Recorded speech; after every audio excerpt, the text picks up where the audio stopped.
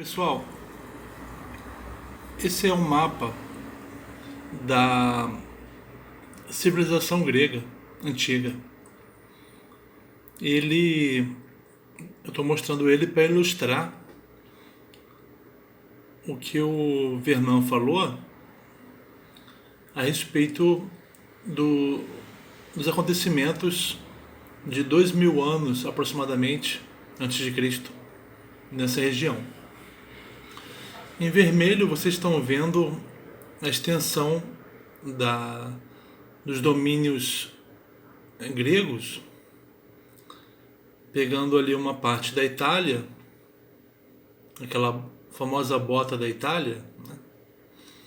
Pegando a Grécia continental, pegando ali lá em cima territórios no Oriente, ali no Mar Negro, na costa da Ásia Menor, né?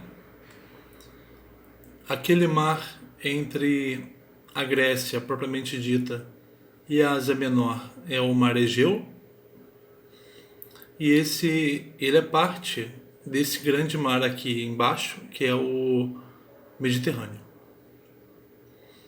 E descendo pela Ásia, continua então o domínio grego até a ilha de Chipre,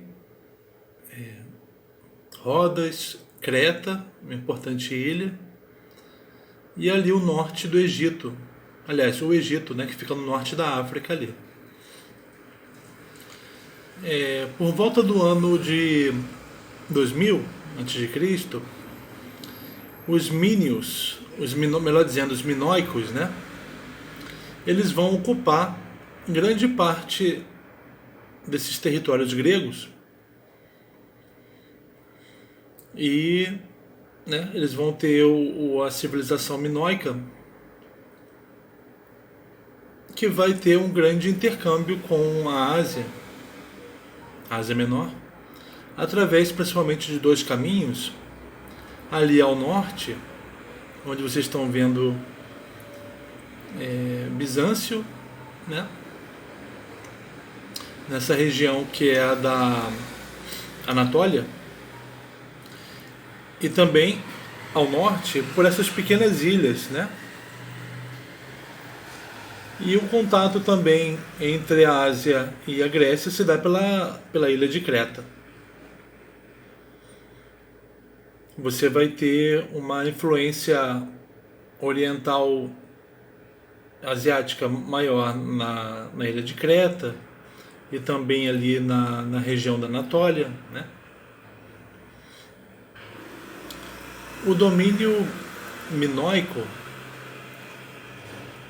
essa extensão toda, vai durar aproximadamente até o ano de 1700, e após isso ele vai se resumir à ilha de Creta. Você está vendo em verde, representando o domínio minoico, e em laranja o domínio micênico, que a civilização micênica vai ter início.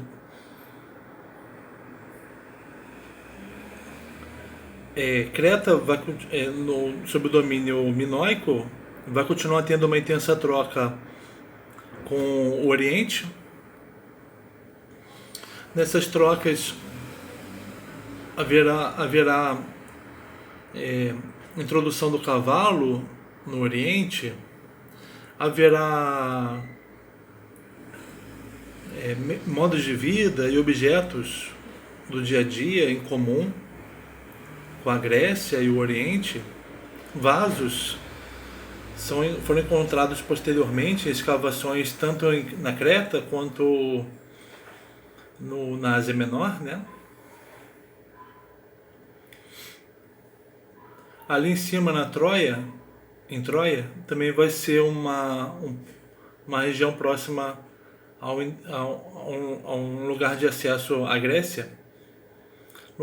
A Troia também vai ter a entrada de cavalos e e carros de cavalos, né, as bigas, por influência dos gregos, né, Troia vai ter um grande número de cavalos, vai ser conhecida como, vai ter reconhecida pelos seus cavalos, né, numerosos cavalos. Esse quadro vai durar até o século XV, que é, século XVI, né, que é quando os micênicos vão tomar conta da ilha de Creta. Portanto, do maior, da região de maior troca com o Oriente.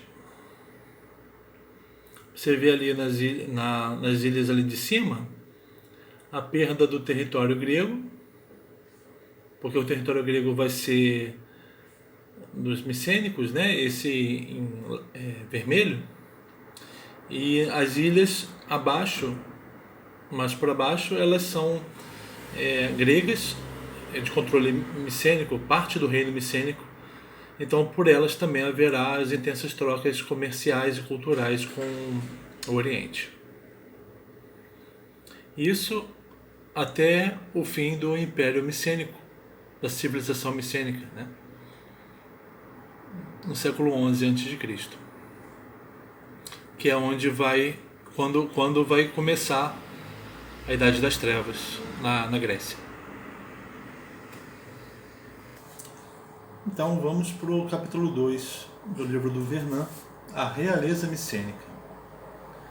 A decifração das plaquetas em linear B, que foram achadas, resolveu certas questões propostas pela arqueologia e levantou novas. Aos problemas ordinários de interpretação acrescentam-se dificuldades de leitura, pois o linear B, derivado de uma escrita silábica que não foi feita para notar o grego, exprime muito imperfeitamente os sons do dialeto falado pelos micênicos. Essa escrita encontrada não era boa para a escrita do dialeto dos micênicos. Por outro lado, o número de nossos documentos é ainda reduzido. Não se descobriram verdadeiros documentos antigos, mas sim alguns inventários anuais redigidos em tijolos crus, que teriam sem dúvida sido apagados para servir de novo, se o incêndio dos palácios não os tivesse conservado pelo cozimento.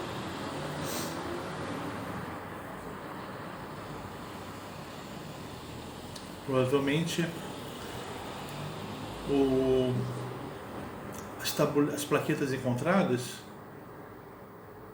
nelas se gravavam a escrita, mas com a argila crua, então você podia reescrever com a argila crua. Com o incêndio, as plaquetas foram cozidas e então endureceram, então não deu para mudar a escrita. Então acabou se conservando essa escrita, né? Esses inventários anuais.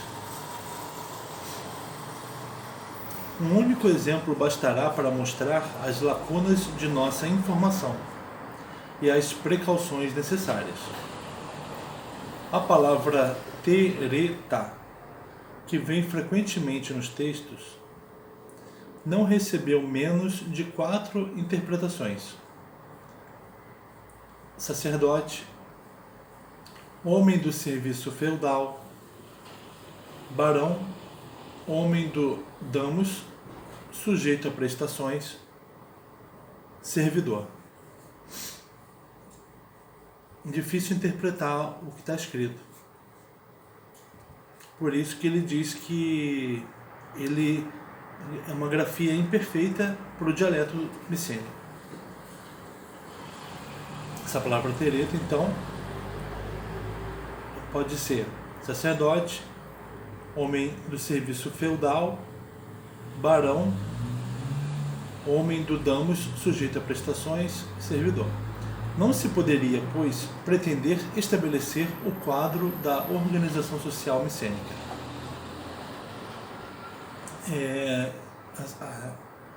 Qual era a composição social? Todavia, as interpretações, mesmo as mais opostas, concordam em alguns pontos que desejaríamos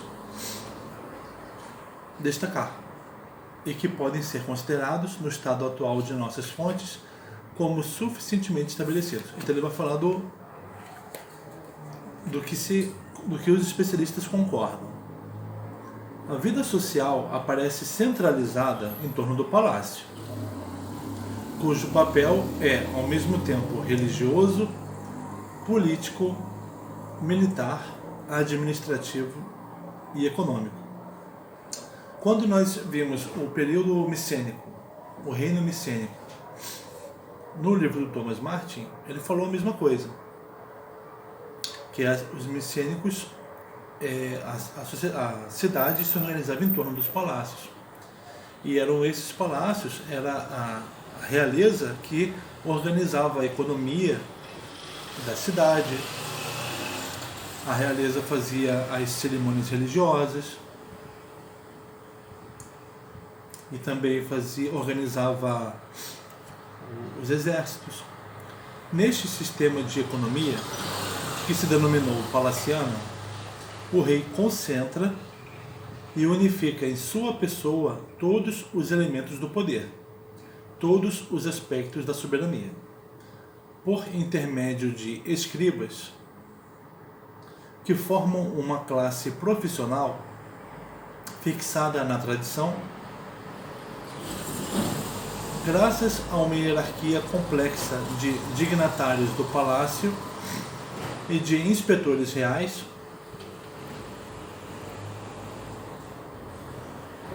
ele controla, o rei, e regulamenta minuciosamente todos os setores da vida econômica, todos os domínios da atividade social.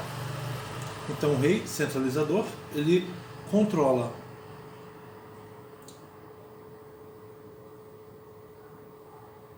por meio de dignatários, inspetores, eles controlam todos esses setores sociais e econômicos.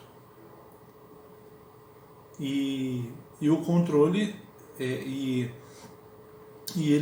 o rei obtém informações através do trabalho dos escribas, né?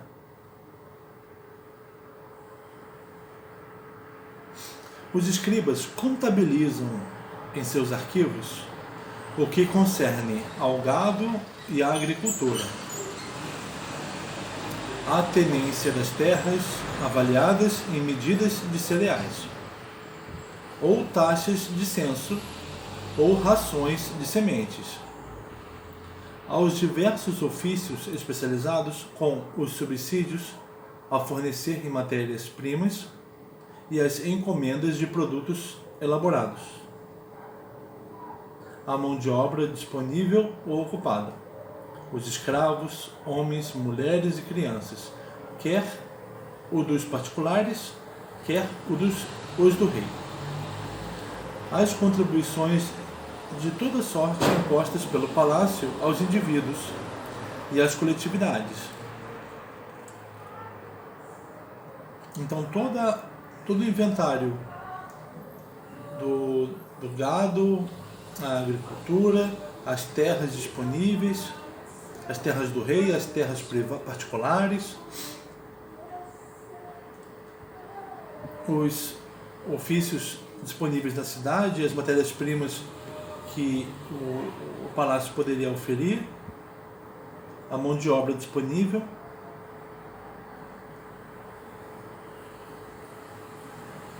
e também se fazia o registro das taxas que a população deveria pagar ao palácio. As contribuições de toda sorte impostas pelo palácio aos indivíduos e às coletividades. os bens já entregues e os ainda por receber. Fazia o controle fiscal. As levas de homens a serem fornecidas por certas aldeias para equipar os navios reais de remadores. A composição ao comando, ao movimento das unidades militares, aos sacrifícios aos deuses, as taxas previstas pelas oferendas, etc. Então também se fazia o controle do serviço militar, dos homens que eram enviados como remadores ou outras unidades militares, remadores para fazer viagens comerciais ou então para participarem dos exércitos, e também se fazia o controle da atividade religiosa. Não se compreende que haja lugar numa economia desse gênero para um comércio privado. Se existem termos que significam comprar ou vender, não se encontra testemunho de uma forma de pagamento em ouro ou em prata, nem de uma equivalência estabelecida entre mercadorias e metais preciosos. Não havia, então, um mercado, um comércio privado, né? Então não havia moeda.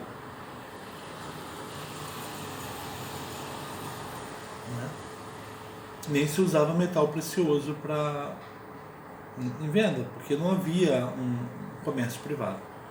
Parece que a administração real regulamentava a distribuição e o intercâmbio, assim como a produção dos bens. Não havia mercado porque a produção e o intercâmbio, a troca, eram reguladas pela administração real, eram centralizadas. Só se fossem descentralizadas, se fossem feitos pelas próprias pessoas, é que isso poderia dar condição para desenvolver uma moeda. Por intermédio do palácio, que comanda no centro da rede o duplo circuito das prestações e das gratificações, do que recebia e do que dava, circulam e são trocados entre si os produtos, os trabalhos, os serviços, igualmente codificados e contabilizados, ligando ao mesmo tempo os diversos elementos do país. Tudo que se produzia e todos os serviços disponíveis no território passavam pelo palácio. E ali eram feitas as trocas de um pelo outro. Realeza burocrática, talvez se possa dizer. O termo, que tem ressonâncias excessivamente modernas, a palavra burocracia, sublinha um dos aspectos do sistema, pois sua lógica o conduz a um controle cada vez mais rigoroso, cada vez mais amplo, chegando a notar pormenores que nos parecem insignificantes. Segundo Max Weber, burocracia é a instituição que tem como objetivo manter-se a si mesma. O objetivo principal dela é esse, né? Não cabe aqui. Cabe falar de totalitarismo, né?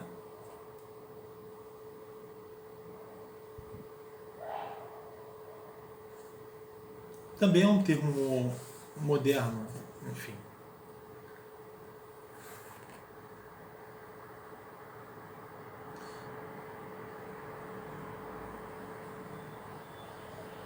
Ele impõe a comparação com os grandes estados fluviais do Oriente Próximo,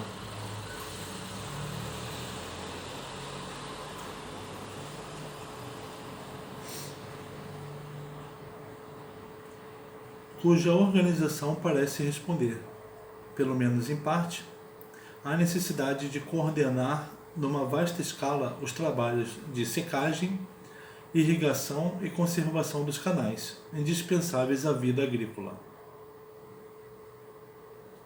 O termo burocrático tem ressonâncias modernas, sublinhando os aspectos do sistema, pois sua lógica o conduz a um controle cada vez mais rigoroso,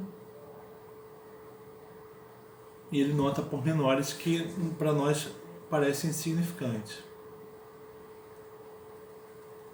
E esse termo impõe a comparação com os grandes estados fluviais do Oriente Próximo, cuja organização parece responder, pelo menos em parte, à necessidade de coordenar numa vasta escala os trabalhos de secagem, irrigação e conservação dos canais.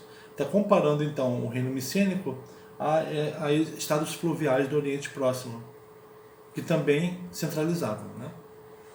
Os reinos micênicos tiveram que resolver problemas análogos. A secagem do lago Copais foi efetivamente empreendida na época micênica. Mas e as planícies da Argólida, da Messênia e da Ática? Não se compreende que necessidades técnicas de preparo do solo, segundo um plano de conjunto, tenham podido suscitar ou favorecer na Grécia uma centralização administrativa desenvolvida.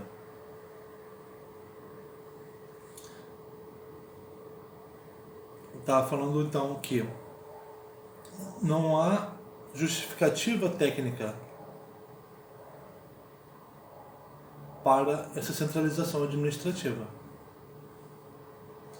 Justificativa técnica quanto às necessidades do trabalho no solo, na planície da Argólida, na Messênia e da Ática. A economia rural da Grécia Antiga aparece dispersa no âmbito da aldeia. A coordenação dos trabalhos não vai muito além do grupo dos vizinhos. Aí ele está falando então que, distante do palácio, nas regiões rurais, a economia desses lugares se ocorria no âmbito das aldeias, né? Então havia uma dispersão de aldeias e também de uma certa dispersão da atividade econômica, né? Não é somente no domínio da agricultura que o mundo micênico se distingue das civilizações fluviais do Oriente Próximo.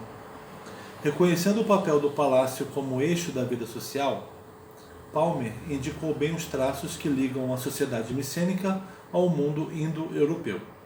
A analogia é sobretudo surpreendente com os hititas, que, orientalizando-se, conservaram certas instituições características ligadas à sua organização militar. Em torno do rei, a grande família hitita reúne os personagens mais próximos do soberano. Então ele vai comparar o Palmer, o papel do palácio para os micênicos, com os hititas.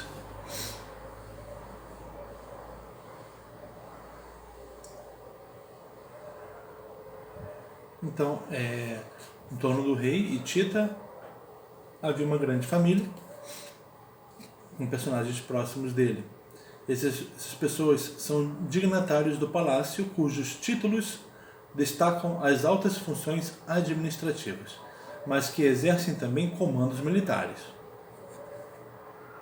Com os combatentes sob suas ordens, formam o Pancus, assembleia que representa a comunidade hitita, isto é, que agrupa o conjunto dos guerreiros, excluindo-se o resto da população. Então havia, além do rei e da grande família próxima, que ocupava funções administrativas, havia o Pancus, que era uma assembleia representante da comunidade, e essa assembleia era formada por combatentes.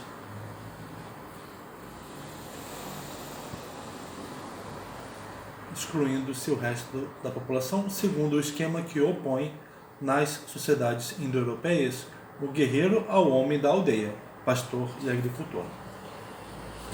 É nessa nobreza guerreira, então, os guerreiros eram considerados parte da nobreza, e a população então não participava do governo, constituída em classe separada e, pelo menos no que concerne aos mais importantes, alimentada nos seus feudos por aldeões ligados à terra, que se recrutam os homens dos carros, força principal do exército hitita.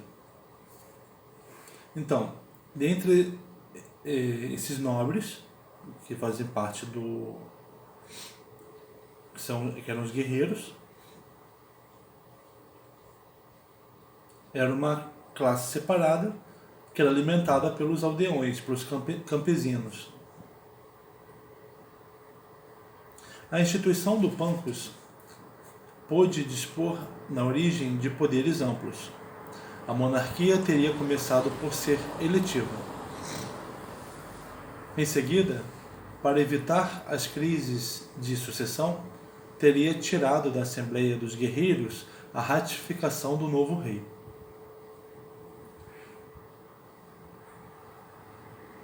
O começo do Pancus, então, tinha amplos poderes.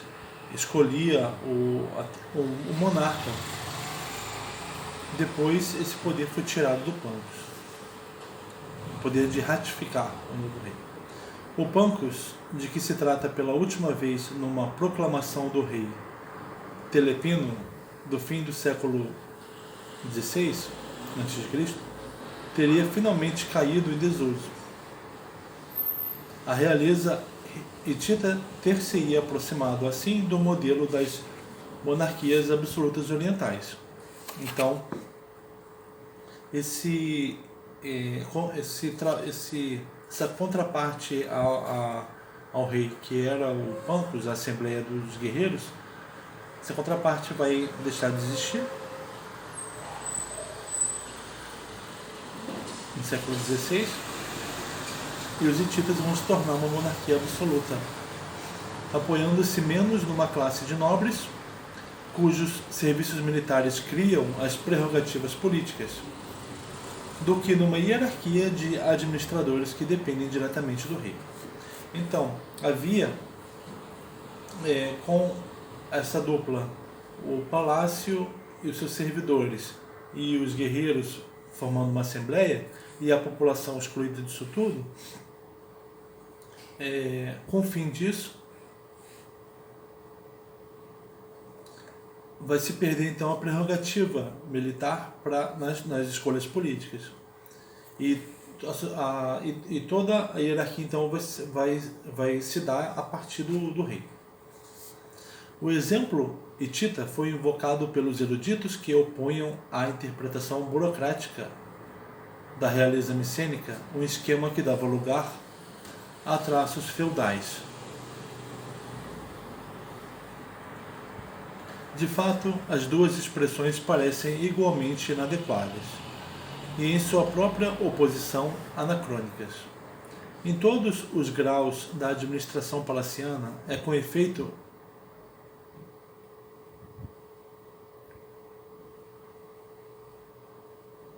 um vínculo pessoal de submissão que une ao rei os diversos dignatários do palácio.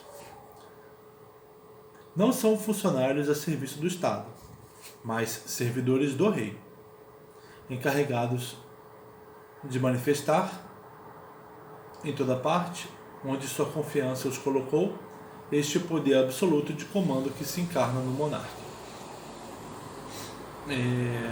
Não se trata então de um Estado, né? O que há aqui é uma realeza. O território e tudo que está nele são o corpo do rei, e os servidores dele são representantes dele, né? Eles estão ali para fazer a vontade do rei. Portanto, verifica-se no quadro da economia palaciana, ao lado de uma divisão frequentemente muito grande das tarefas, de uma especialização de funções com uma série de fiscais e chefes de fiscalização, uma flutuação nas atribuições administrativas que se superpõem umas às outras.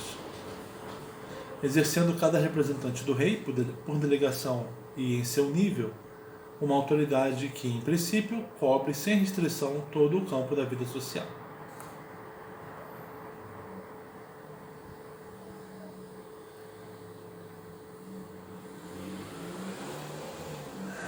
O problema não é, pois, opor o conceito de realeza burocrática ao de monarquia feudal.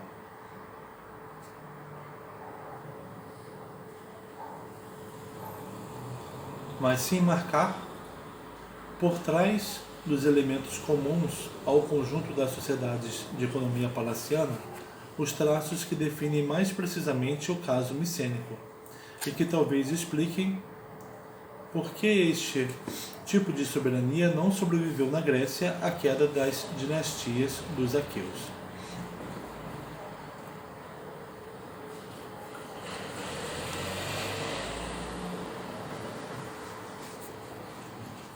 Nessa perspectiva,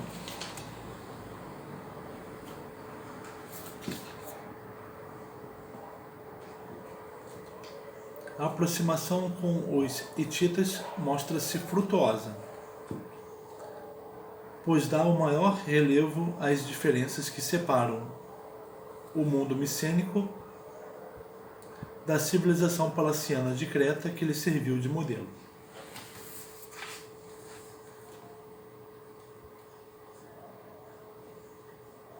Vai falar então da aproximação dos micênicos com os hititas.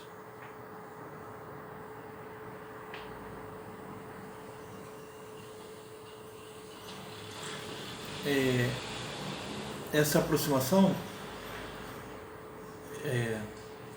mostra, ela não se dá sem que haja diferenças entre as duas, porque Creta tinha aprendido, quando ela esteve durante o domínio minoico, ela tinha pegado bastante influência do Oriente, dos hititas, né? Então haverá uma diferença dela com os micênicos.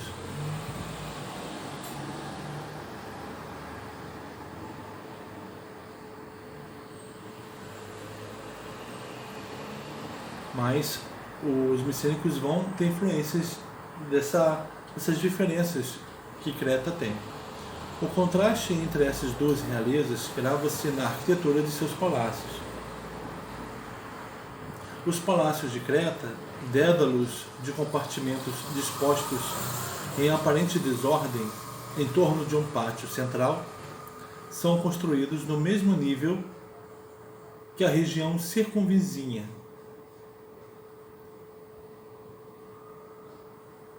sobre a qual se abrem sem defesa por amplas estradas que vão ter ao palácio. Olha então como eram os palácios de Creta. Eram compartimentos dispostos em aparente desordem em torno de um pátio central. Eles, em relação à região em torno, estavam no mesmo nível. E não havia então defesas. Haviam grandes estradas que davam direto ao palácio. Já os micênicos, o solar micênico, tendo no centro o Megaron e a sala do trono, é uma fortaleza cercada de muros, um abrigo de chefes que domina e fiscaliza a região plana que se estende a seus pés. Então, o palácio micênico era cercado por grandes muros e ficavam no nível acima. E os chefes ficavam próximos dos muros, dominando e fiscalizando as planícies em torno. Construída para sustentar um bloqueio, essa cidade abriga, ao lado da morada principesca e de suas dependências, as casas dos familiares do rei, chefes militares e dignatários do palácio. Seu papel militar parece sobretudo defensivo. Preserva o tesouro real em que se acumulam, ao lado das reservas normalmente controladas, postas em estoque, repartidas pelo palácio no quadro da economia do país, bens preciosos de um tipo diferente. Então, os componentes da realeza e também os militares habitavam próximo ao palácio, e ali também se guardava o tesouro real, além das reservas administrativas da cidade.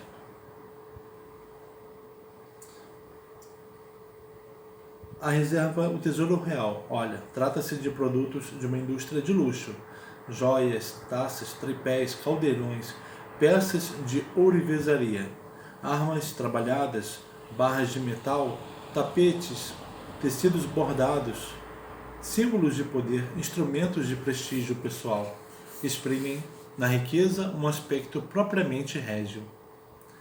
Formam a matéria de um comércio abundante que ultrapassa amplamente as fronteiras do reino.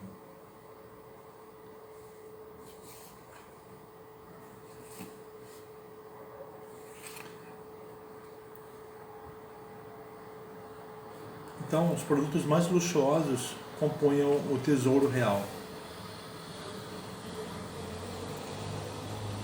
Objetos que eram símbolos de poder e que eram obtidos em trocas com regiões além do reino. Objetos de dádivas e de retribuições selam alianças matrimoniais e políticas. As trocas eram então tinham a ver com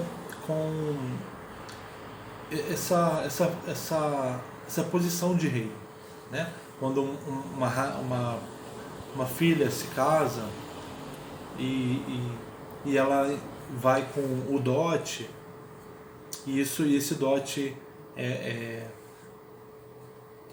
guardado pelo rei, e também acordos políticos com outros reinos.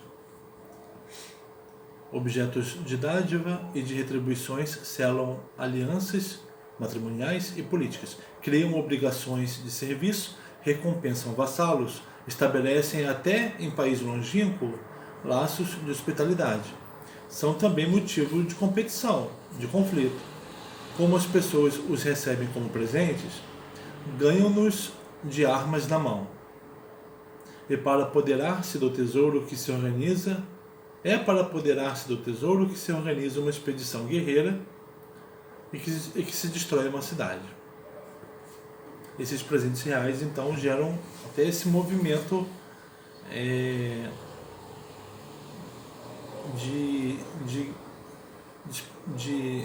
de conflito. Prestam-se, enfim, mais que outras formas de riqueza, a uma apropriação individual que poderá perpetuar-se além da morte. Colocados ao lado do cadáver como pertences do defunto, segui-lo-ão a seu túmulo. Isso que se ganhava, que era de uma família real e que por dádiva se ganhou, porque esse foi um guerreiro destacado, isso se guardava, né? Isso se considerava algo que tinha um valor, e que você morreria, mas o valor dele continuaria.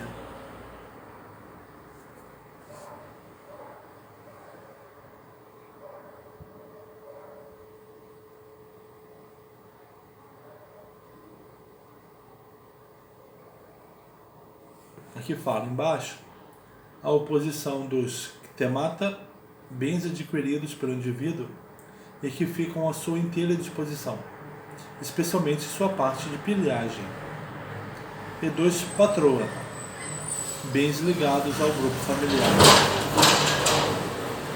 inalienáveis. O testemunho das plaquetas permite-nos precisar esse quadro da corte e do palácio micênicos. No cume da organização social, o rei usa o título de Wanaka, Anax. Sua autoridade parece exercer-se em todos os níveis da vida militar. É o palácio que dirige as encomendas de armas, o equipamento dos carros, os recrutamentos de homens, a formação, a composição, o movimento das unidades. mas a competência do rei não fica confinada ao domínio da guerra mais do que ao da economia. O anax, que é o título do rei, é responsável também pela vida religiosa. Ordena com precisão o seu calendário. Então, o rei administra o que precisa colocar nos carros, ou quando precisa consertar os carros, os homens que têm que ser chamados para ocupar cada carro, ou para formar as falanges. O movimento dos exércitos, né? Isso era estabelecido pelo rei. E, com relação à vida religiosa, aqui, ordena com precisão o seu calendário, vela pela observância do ritual, pela celebração das festas em honra dos diversos deuses, determina os sacrifícios, as oblações vegetais, as taxas das oferendas exigíveis de cada um, segundo a sua classe. Então, o rei estabelece o calendário, ele observa os rituais, e que as devidas festas foram celebradas, os sacrifícios que devem ser feitos, as taxas que seriam cobradas, as oferendas, né, que cada um deveria fazer de acordo com sua classe, condição de pertencimento na sociedade. Pode-se pensar que, se o poder real se exerce assim em todos os domínios, é que o soberano, como tal, encontra-se especialmente em relação com o mundo religioso, associado a uma classe sacerdotal que surge numerosa e influente. Isso é uma hipótese. O poder real ele tem essa atribuição religiosa, porque o soberano teria uma relação com o mundo religioso, como se fosse um sacerdote. Em apoio dessa hipótese, notar-se-á que na Grécia a lembrança de uma função religiosa da realeza se perpetuou até no quadro da cidade, e que sobreviveu, porque a gente está uma sociedade baseada em torno do palácio, a gente não tem uma cidade. E para apoiar então essa hipótese do rei sacerdote, é que se lembra que até quando havia cidade, havia essa associação entre o rei e o sacerdote. Sobreviveu sob uma forma de mito a lembrança do rei divino, mágico, senhor do tempo, distribuidor da fertilidade. A lenda cretense de Minos, que se submetia de 9 em 9 anos na caverna do Ida, à prova que deve renovar, por um contato direto com Zeus, seu poder real, ele deveria mandar uma certa quantidade de jovens para Creta para morrer pelo Minotauro. Corresponde em Esparta a Ordália, que de 9 em 9 anos os éforos impõem a seus 2 reis, escrutando o céu nas profundezas da noite, para aí ler se os soberanos não teriam cometido algum erro que os desqualificasse para o exercício da função real. Pense-se também no rei Hitita. Ele está falando então de como depois do Palácio Micênico havia soberanos também associados ao rei.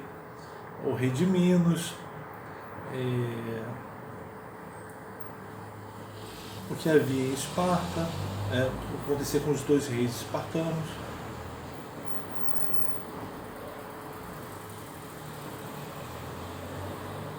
Que deveriam ser atestados pelos deuses. Pense-se também no rei Hitita, mais um exemplo, que abandona em plena campanha a direção de seus exércitos, se suas obrigações religiosas exigem sua volta à capital, para aí realizar, na data determinada, os ritos de que tem o encargo. O rei Tita largava até uma campanha militar para uma obrigação religiosa, se ela tivesse determinada.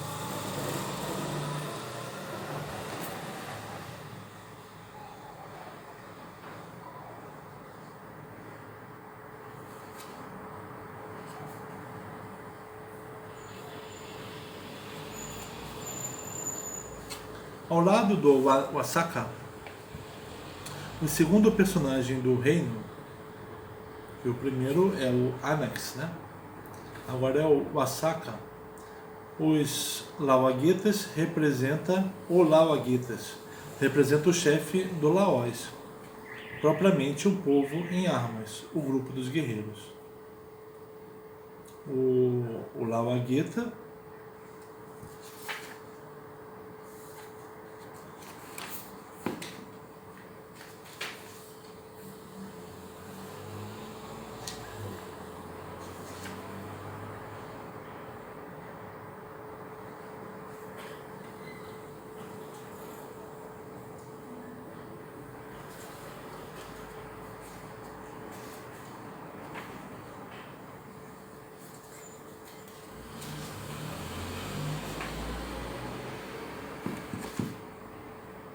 Então, além do Anax, o rei, o segundo personagem é o Lauaguetas, que é o chefe dos guerreiros.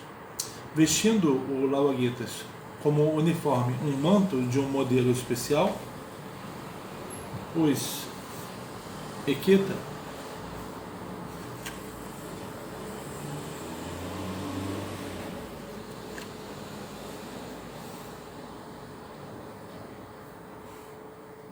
e Tairoi, os companheiros, são como a grande família hitita, dignatários do palácio, formando o séquito do rei, ao mesmo tempo que chefes colocados à testa de uma oca, de uma unidade militar, ou oficiais que asseguram a ligação da corte com os comandos locais.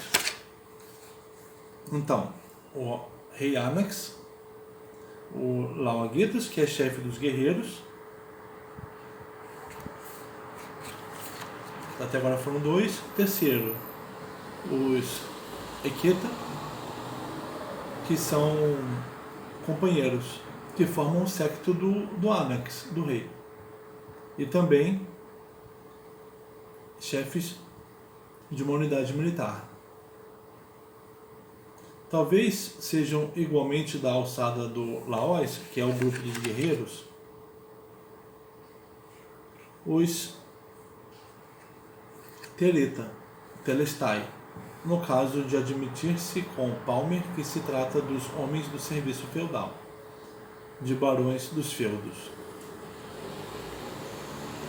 3 deles seriam, segundo uma lâmina de Pilos, personagens assaz importantes para possuir um Temenos, privilégio do rei Anax, o Anaka, e do Lauaguetas, que é o chefe dos guerreiros. Né?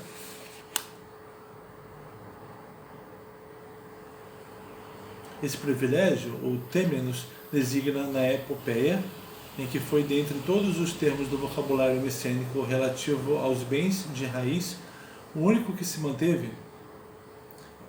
Então, Temenos é uma terra arável, ou de vinhas, oferecida com os aldeões que a guarnecem ao rei, aos deuses, ou a um grande personagem em recompensa de seus serviços excepcionais, ou de suas façanhas guerreiras.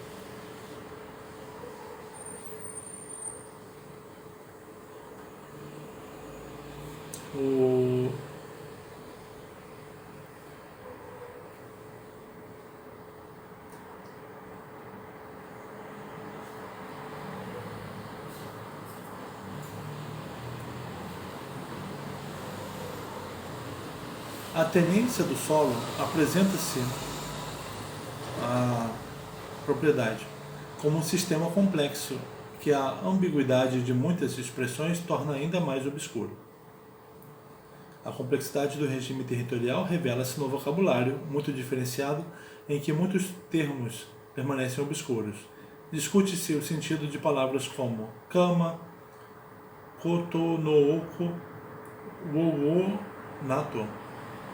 Este último, wowonato, termo designa uma locação sem que se possa precisar sob que forma era realizada. Pode-se pensar, por outro lado, no que concerne à terra comunal do Damos. As plaquetas não mencionam senão as alienações que delas fizeram, a título temporário ou definitivo. Havia, enfim, a exceção do Damos e dos escravos, uma população serva ligada à terra, não se poderia dizê-lo.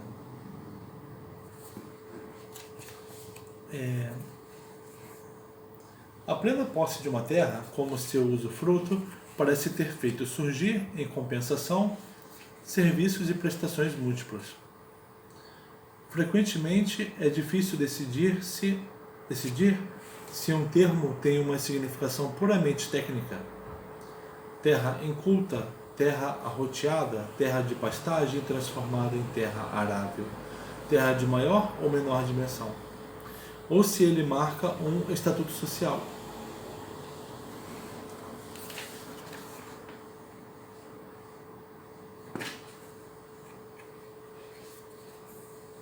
Então, está falando da dificuldade de entender o que está escrito nas plaquetas. Se o que está escrito é uma significação técnica relativa à terra,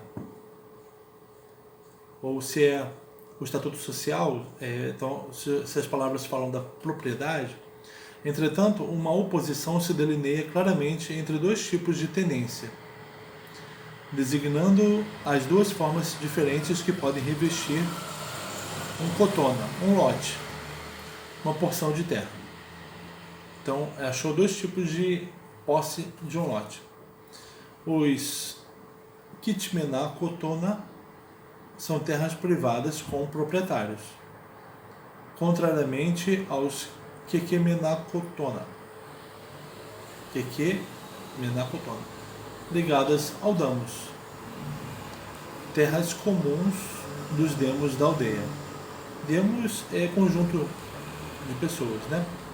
Então, o lote poderia ser privado ou o lote poderia ser comum, propriedade coletiva do grupo rural, cultivadas segundo o sistema do Open Field e que talvez sejam objeto de uma redistribuição periódica. Nesse ponto ainda, Palmer pôde fazer uma aproximação sugestiva com o código hitita, mas uma comparação com os hititas orientais, que distingue paralelamente duas maneiras de tenência da terra. A do homem do serviço feudal, guerreiro, dependente diretamente do palácio, e volta para este quando o serviço não é mais certo.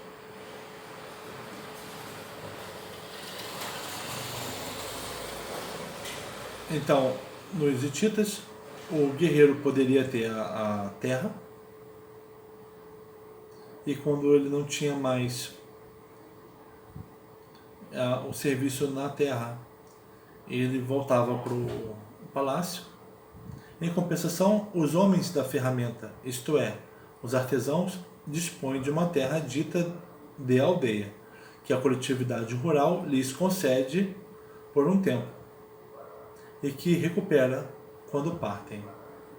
Então o sistema aqui é a terra do guerreiro, serviçal do rei, ou a terra era da aldeia, que era temporariamente concedida para um aldeão.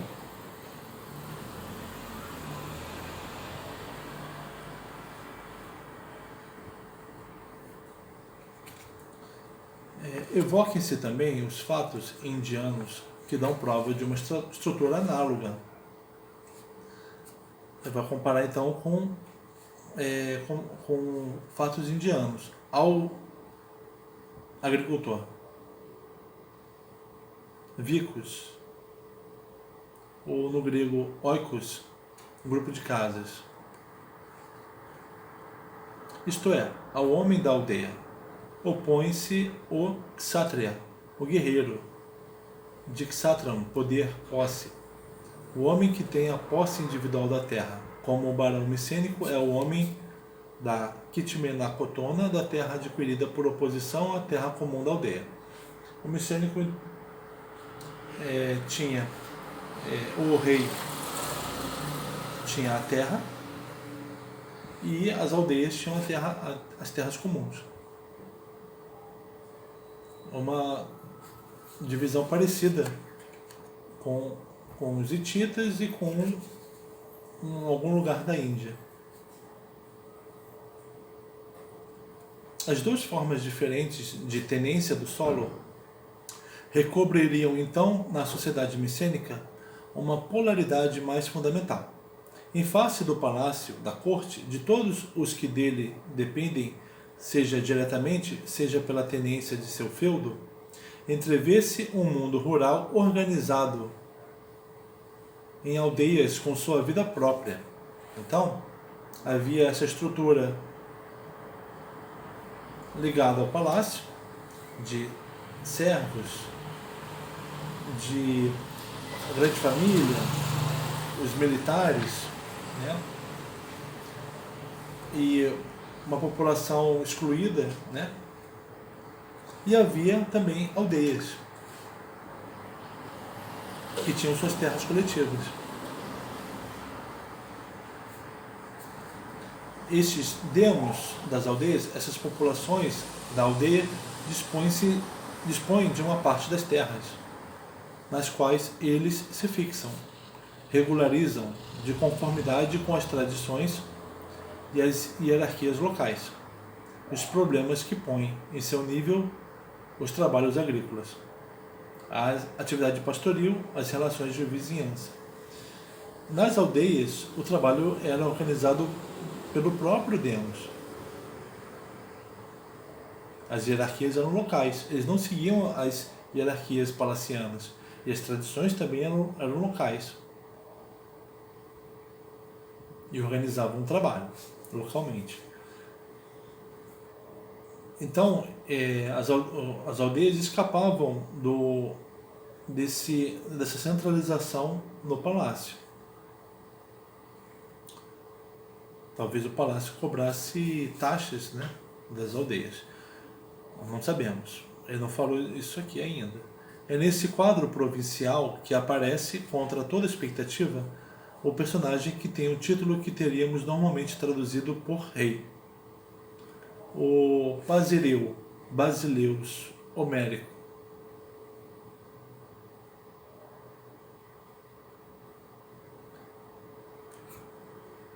Precisamente, ele não é o rei em seu palácio, mas um simples senhor, dono de um domínio rural e vassalo do Anax. O rei homérico, ele não é esse rei centralizador. Ele é um rei, então ele não está no palácio. Ele é um senhor, um dono de uma região rural. E ele é vassalo do rei do palácio.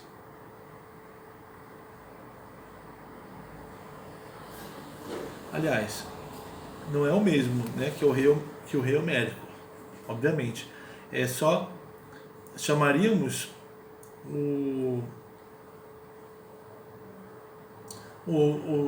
aquele que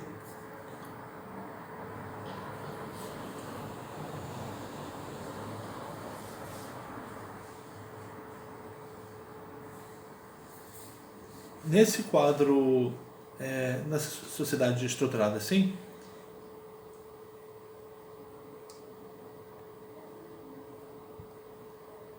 aquele que nós, o basileu,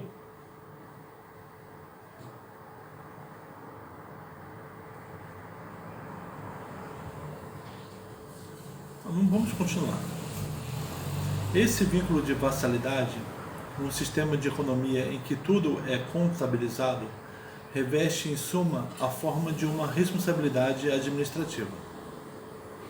Vemos o Basileus Então havia um basileu, que a gente traduziria por rei, em Homero, mas aqui não. Aqui ele é vassalo do rei Palaciano. Por quê, vassalo? Porque ele trabalha, vemos o basileus fiscalizar a distribuição das cotas em bronze destinadas aos ferreiros. O quanto de bronze os ferreiros deveriam dar ao rei, que em seu território trabalham para o palácio. Nos territórios pertencentes ao rei, os ferreiros que trabalhavam ali deveriam pagar uma cota em bronze para o rei, e quem fiscalizava essa entrega eram os basileus. E bem entendido, contribui ele próprio com outros homens ricos do lugar, segundo uma quantidade, o basileu, quantidade devidamente estabelecida a esses fornecimentos de metal.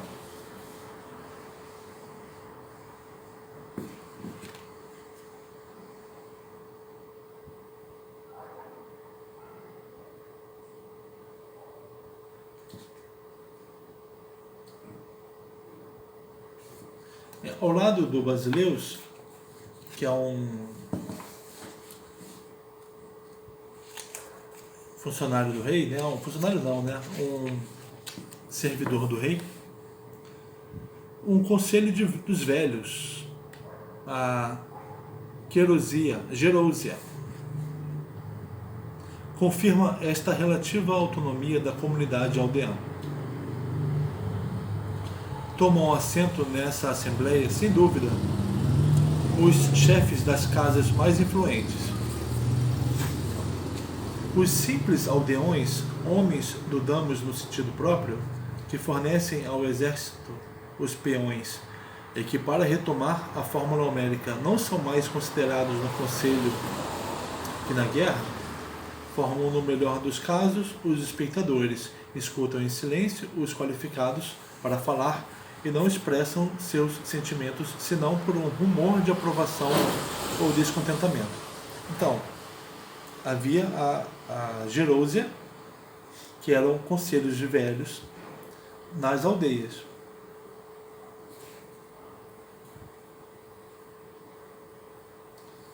Ali, as casas mais influentes nos demos, nas aldeias, melhor dizendo, nas aldeias, ocupavam assento na Assembleia. Os aldeões, simples aldeões, eles só ficavam em torno assistindo e emitindo sons de aprovação ou desaprovação. Então, aqui está falando de uma hierarquia interna às aldeias. A hierarquia que inclui o Conselho dos Velhos e os simples aldeões.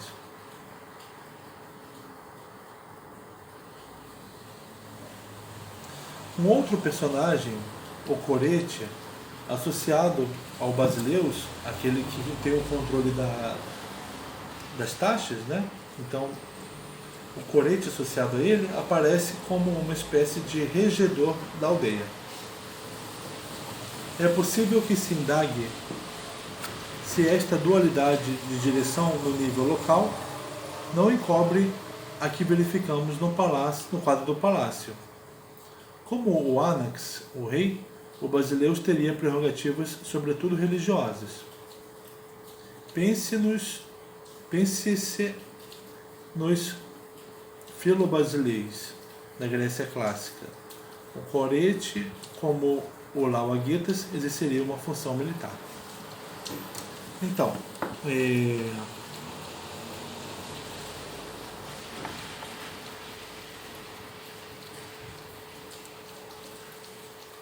o Basileus era um fiscal do rei. Havia um outro personagem, que era o Corete,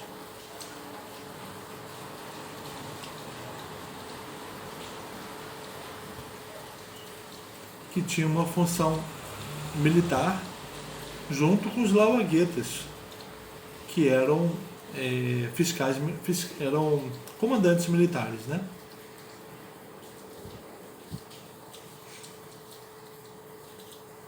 Os basileus, eles tinham função de fiscais e também funções religiosas, que eles dividiam com o rei. O corete, o corete e o lauaguetas dividiam a funções militares. Haveria razão para aproximar-se o termo de coiros, tropa armada. Teria o sentido do homérico coiranos, que é quase sinônimo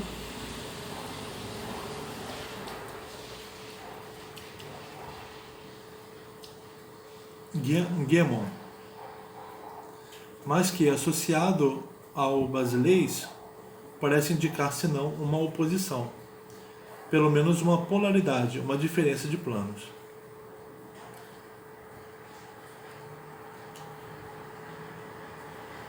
Além disso, o chamado clubenos, corete da aldeia de Itereua, dependente do Palácio de Pilos, figura numa outra plaqueta como comandante de unidade militar.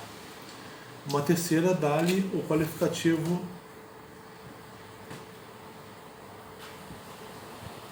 de moiropas, possuidor de uma moira, de um lote de terra. Por mais lacunar que seja a nossa informação, então ele está dizendo que é confuso, é lacunar. Lacunar não, é confuso não, quer dizer, lacunar, falta informações para completar. Parece possível tirar daí algumas conclusões gerais referentes aos traços característicos das realezas micênicas.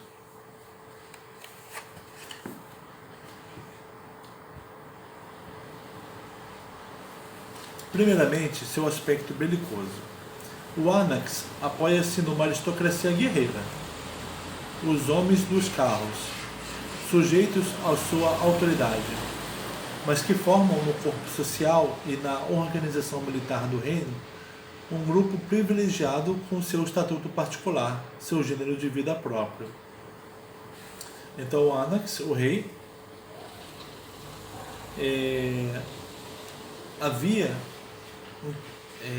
ele governava, ele era um rei guerreiro. A aristocracia, a família real, era composta por guerreiros. E esses guerreiros estavam sujeitos à autoridade do Anax.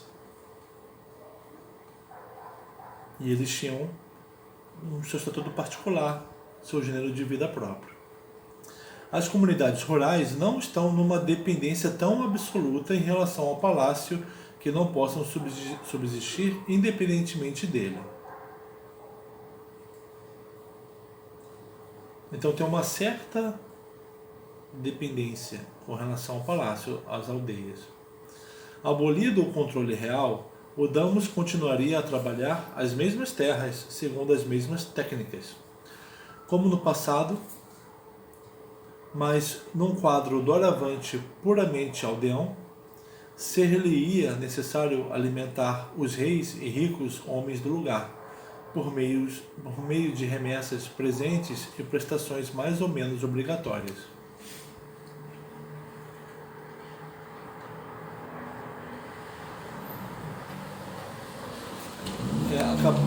Com o fim do controle real, o Damos vai seguir as mesmas técnicas, né? Vai trabalhar as mesmas terras, mas eles vão continuar, não há o controle real, mas eles vão continuar alimentando os reis e ricos, homens do lugar, por meio de prestações mais ou menos obrigatórias. Vai diminuir as imposições com o fim do controle real, né? Mas vai continuar. Então ele falou do rei ligado à aristocracia guerreira, falou aqui das comunidades rurais, mais ou menos dependentes, a organização do palácio com seu pessoal administrativo, suas técnicas de contabilidade e de controle, sua regulamentação estrita da vida econômica e social apresentam um caráter de plágio. Todo o sistema repousa no emprego da escrita e na constituição de arquivos. São os escribas cretenses, postos ao serviço das dinastias micênicas, que transformando. Então, quando os micênicos então, se estabeleceram em Creta, os escribas cretenses, trabalhando para essas dinastias, transformando o linear em uso no palácio de Knossos, linear A, para adaptá-lo ao dialeto dos novos senhores, os micênicos, linear B. Os escribas usavam linear A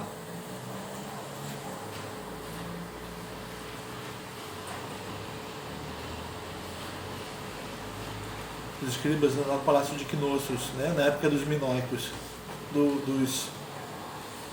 usavam linear A, mas tiveram que adaptar essa escrita ao dialeto dos senhores e usaram linear B.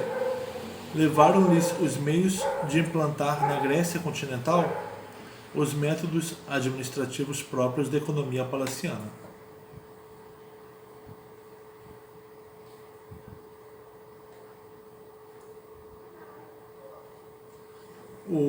Os micênicos, ao se estabelecerem em Creta, formando a sociedade palaciana ali,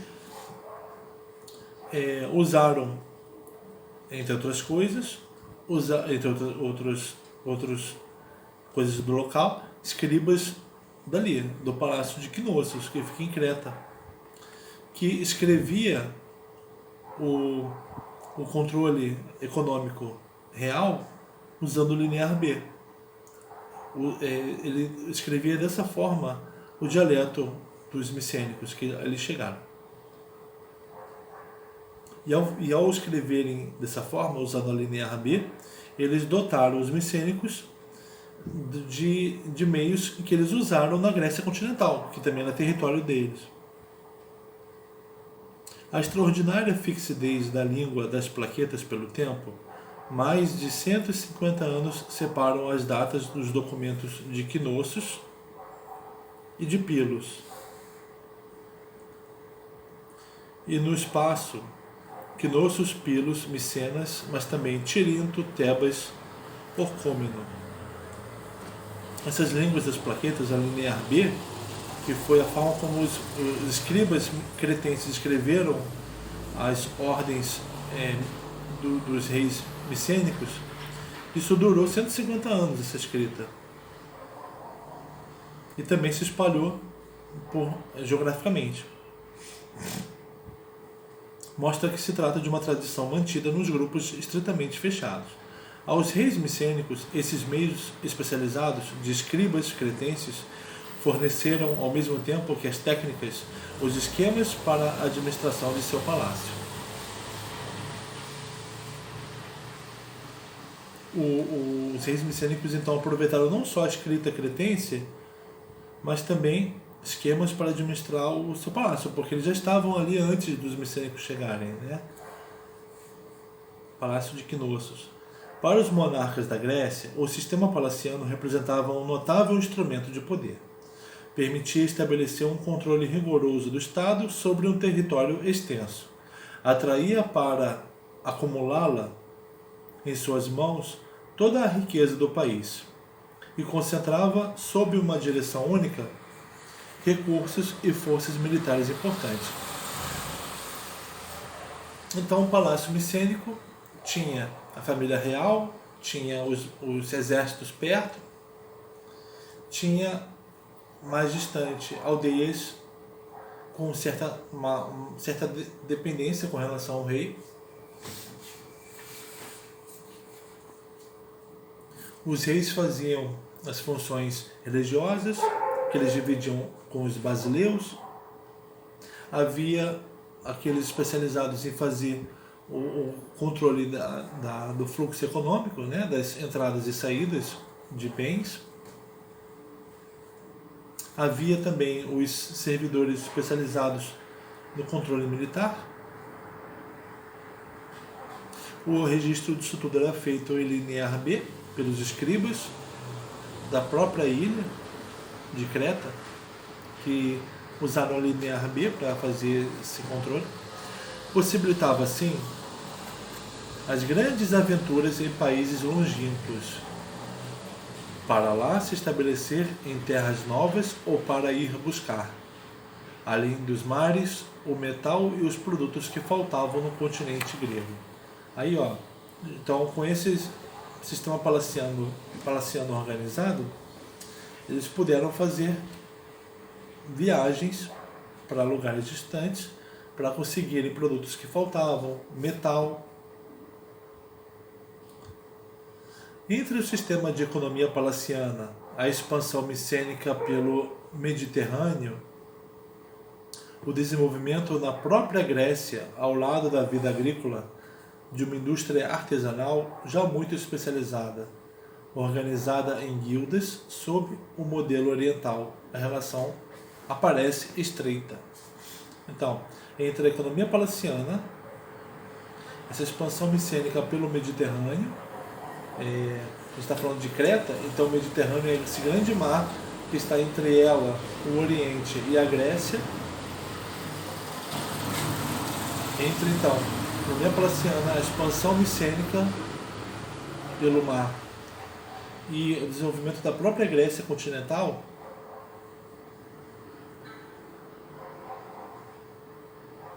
que teve um desenvolvimento de sua vida agrícola, indústria artesanal. Então tem uma relação próxima entre essas coisas.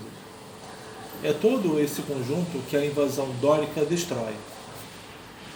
Olha, então ele fala isso tudo para colocar uma grande pedra em cima, a invasão dórica, que vai acabar com as civilizações, a civilização micênica. Rompe por longos séculos os vínculos da Grécia com o Oriente. As trocas comerciais vão acabar. Abatido a Micenas, o mar deixa de ser um caminho de passagem para tornar-se uma barreira. Isolado, voltado para si mesmo, o continente grego retorna a uma forma de economia puramente agrícola. O sistema palaciano vai deixar de existir. A economia baseada nele, né? Agora vai ser tudo baseado naquelas pequenas unidades, as aldeias, que tinham suas economias locais essencialmente agrícolas. O mundo homérico não conhece mais uma divisão do trabalho comparável à do mundo micênico. Nem um emprego numa escala tão vasta da mão de obra servil. O mundo homérico, lembre-se que Homero escreveu no século IX sobre acontecimentos do século XI. Então, quando Homero escreveu, já tinha ruído esse sistema micênico. Já não era mais um sistema baseado na servidão ao rei. Ignora as múltiplas corporações de homens da ferramenta, agrupados nos arredores do palácio ou colocados nas aldeias para aí executar as ordens reais. Isso é o que o Homero não conheceu. Aliás, é aquilo sobre o qual ele não escreveu. Então o mundo homérico é de pelo menos uns 3, 4 séculos antes da vida do Homero. E esse cenário conhecido pelo Homero não era o do Palácio Micênico. Na queda do Império Micênico, o sistema palaciano desaba completamente.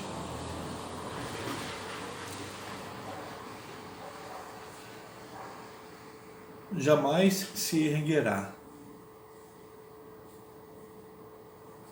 Porque depois da Idade das Trevas, a gente vai ter cidades-estado, baseadas em governos locais. O termo annex desaparece do vocabulário propriamente político.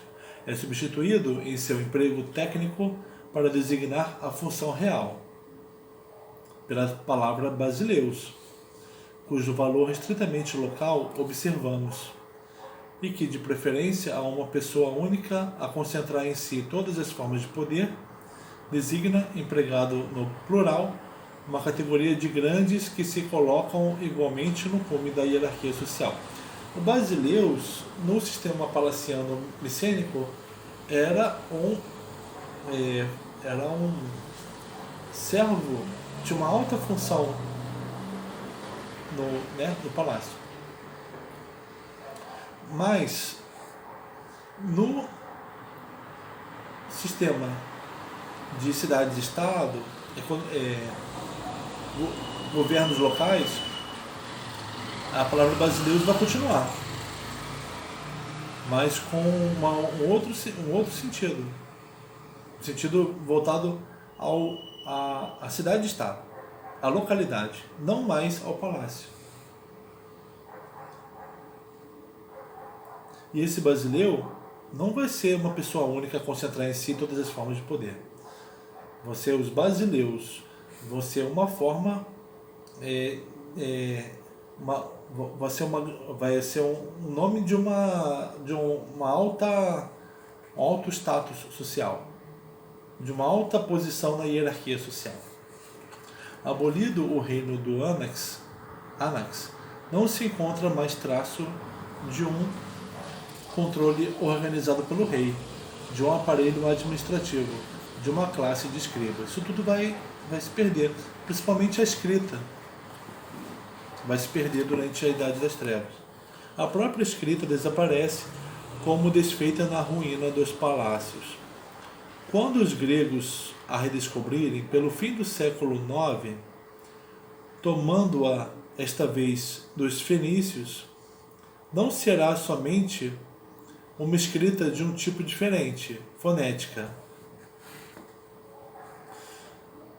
mas sim o produto de uma civilização radicalmente distinta, não mais a especialidade de uma classe de escribas, mas o elemento de uma cultura comum. A escrita vai ser diferente, não vai ser mais só dos escribas, mas vai ser comum, e não vai ser fonética. Essa civilização que vai retomar a escrita não vai ser fonética, porque a civilização micênica era fonética, cantava suas histórias. Quem escrevia só eram os escribas. Agora não. Agora a sociedade vai ser menos oral, vai ser mais pela escrita. Quer dizer, vai continuar sendo predominantemente oral, mas vai ter um aumento na função da escrita. E a escrita vai ser menos fonética. Seu significado social e psicológico ter-se-á também transformado. Poder-se-ia dizer invertido.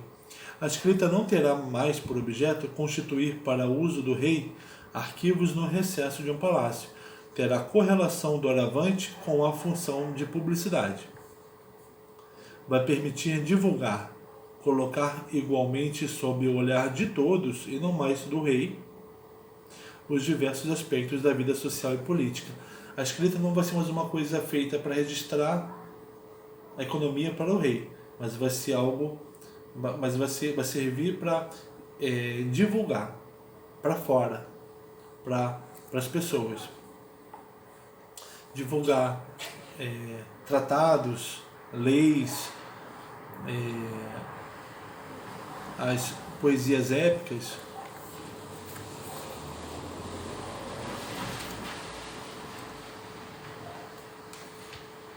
Então, a gente volta no próximo vídeo.